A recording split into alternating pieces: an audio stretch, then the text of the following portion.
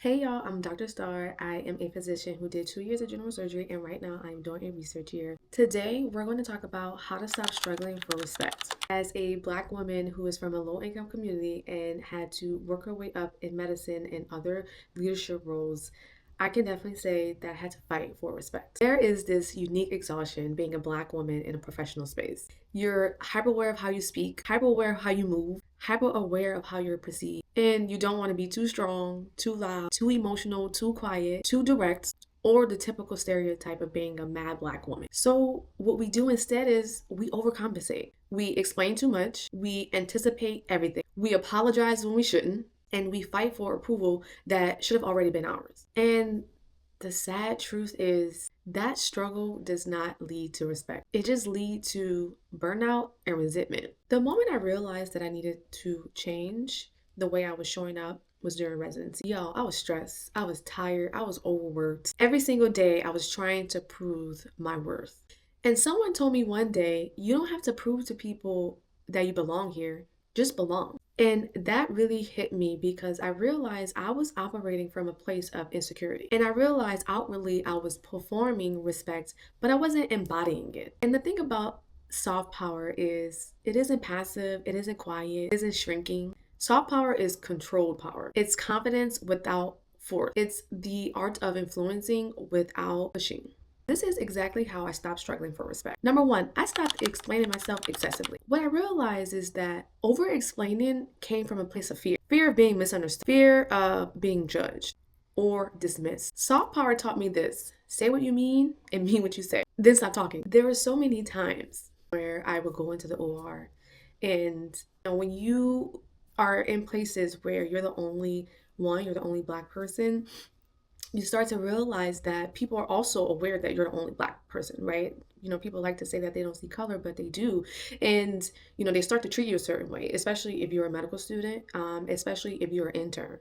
But once you get to a certain level of residency, they start to treat you with more respect. But I used to come in over explaining myself, trying to, I used to come in and, hi, I'm Star, and just talking. And I stopped doing that. I don't need to over explain to you who I am in my position. If you want to know, just ask. Just ask. But I'm going to come in there and do my job. The second thing I did to stop struggling for respect, I started speaking slower, softer, and with intention. Truly, your tone tells people how to treat you 1000%. I learned this so much in medicine. And the thing is, when you speak in pressure speech or rush speech, it really shows insecurity. In medicine, they will eat you alive. But calm speech, slower speech, intentional speech gives authority. I felt like I needed to change the way that I spoke to them so that they could understand that I'm not the one to play with. And it's not that I spoke with them with any disrespect. I think when you speak slower and you speak with intention and you look them dead in their eye, that's where respect is built. This third one is a big one in medicine, but I mastered emotional regulation.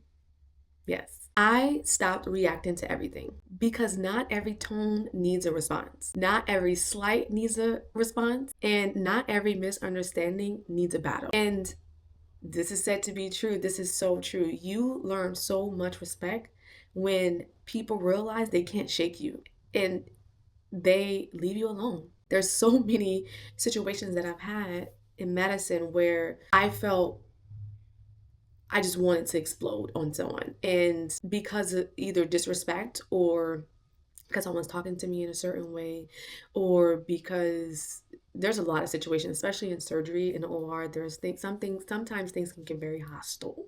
Okay. And I realize it's up to me to be the mature person. I cannot expect, no matter how old someone is, you cannot expect them to have a level of maturity as far as their emotional regulation as you do, right? You're only responsible for yourself.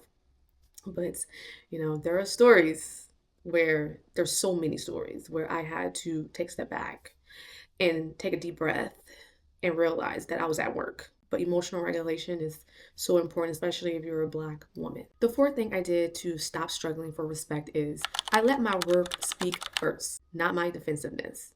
And here's the thing about being a Black woman: people will come in and already doubt you, always. The patients are going to doubt you. Everyone's going to doubt you. especially if you are attractive, especially if you have blonde hair. Okay? Everyone's going to doubt you.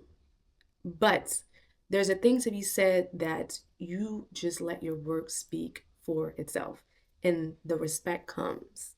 Because one thing no one can ever say about Star is she's not a hard worker. She's not going to figure out the answer, that she isn't smart, that she isn't intelligent. No one can tell you that about me. People who know me in real life, who I have worked with, know all of those things. And the thing about being a black woman, you have to realize that they can't see you slip at all. Like I've learned this in medical school that, as soon as you let up, they coming for you. The evals. Like when I tell you, as a resident, I was very professional. I don't care who you are. You're going to get the professional side of me. I'm not playing at work. I don't play at work because I know that as soon as I let up, somebody somewhere is going to try and come for me in some way. And residency is very interesting because it's very hard to get fired in residency, but it's possible. It's very possible. But and as soon as something happens, you're going to be the one to blame, even if it's not your fault. So I say all that to say you have to let your work speak first, and we have to work harder. It's just like in every industry. You have to work hard. You have to stay up later to study. You have to. You can't. They cannot see any faults. No one's perfect. I'm not perfect, right? No one's perfect. It's just something that you learn over time. The fifth thing that I did was I protected my energy at all costs. No one can come into my space of my energy.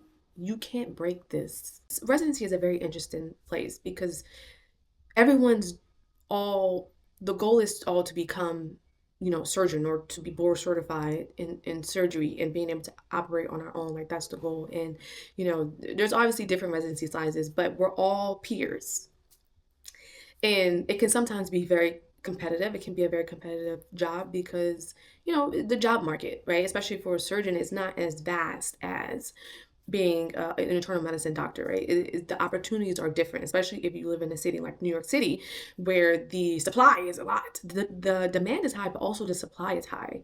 So, and also too, when you're in general surgery, like everyone wants to, not everyone, but some of us want to subspecialize, and that's a whole different type of competitiveness. But what I want to say is residency is like a family. Like you're in a family that you can't change. You can't change. It's a family that you can't change, right?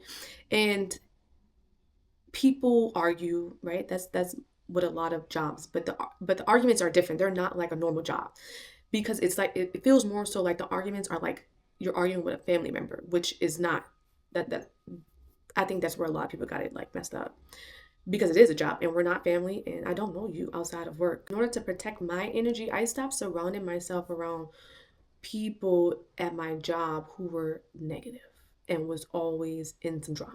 Okay? You cannot be around those type of people no matter what job you work. Like you have to separate yourself from the people who always have something negative to say about somebody or always in a negative situation, right? You can listen to them, you're on your computer, you can type, listen, but don't indulge. Get up, leave, go somewhere else. That's always what I did. But you got to protect your energy, especially in medicine. There's so many negative people. You see a lot of things throughout in medicine that's not normal for people to see, right? You see people die, you see people get shot, and like right there you're trying to resuscitate them, and and it doesn't work sometimes, right? We see some crazy things, and the best thing to do is to protect your energy when you can. The sixth thing that I did was I chose grace over aggression. Sometimes you just have to take a step back and give people grace, right? Because you truly don't know what people are going through in their lives. People, just because they don't tell you that, but people go through a lot. And even for myself, like when I was in residency, I was grieving my sister and no one knew that. But someone's always going through something. And you just have to give people grace. You just gotta say, you know what, I give you grace, right? Like I'm not gonna match your energy. I'm just gonna give you grace, and truly that works, right? That works. It truly does. And the thing about giving people grace is it's for you, right? It's not for the other person, because giving people grace keeps you calm, keeps you at a human level, gives you humility. And like I said, it's not for them, it's for you. It's for you. And the last thing that I did was I set boundaries when it comes to respect. You got to have boundaries. You can't let people speak to you any kind of way. You can't let people walk all over you. You're not a doormat. I'm not a doormat. And this is with every interaction that I have, even with patients when they would talk to me a certain way, I would tell them, like, I understand. I do. I understand that this is probably the worst day in your life, right? You don't want to be here. I understand from a human level. It really sucks to be sick, but please don't talk to me that way. And that's it. And if they don't change, you just leave. You don't have to put up with disrespect. You don't have to let people cross your boundaries, because guess what? Guess who's not going to sleep at night? You. Guess who's going to be up thinking about that? You. I think about that all the time. I say, if I don't resolve this situation, am I going to lose sleep at night because of this? And if I am, I'm going to resolve it in that moment, because I'm not about to stay up at night thinking about this. We're going to resolve this, and we're going to get it right now. And that's when you know that you have matured. When you start to set boundaries and not care if people feel some type of way about them. It is what it is. This is my boundary. That's it. Here's the thing. You gain a level of self-respect for yourself once you learn emotional regulation and once you learn how to set boundaries. All of these things help you with your self-respect. Your confidence grows. You become calmer. And honestly, the less I pushed for respect, the more respect I got. I'll see y'all in the next video. Bye.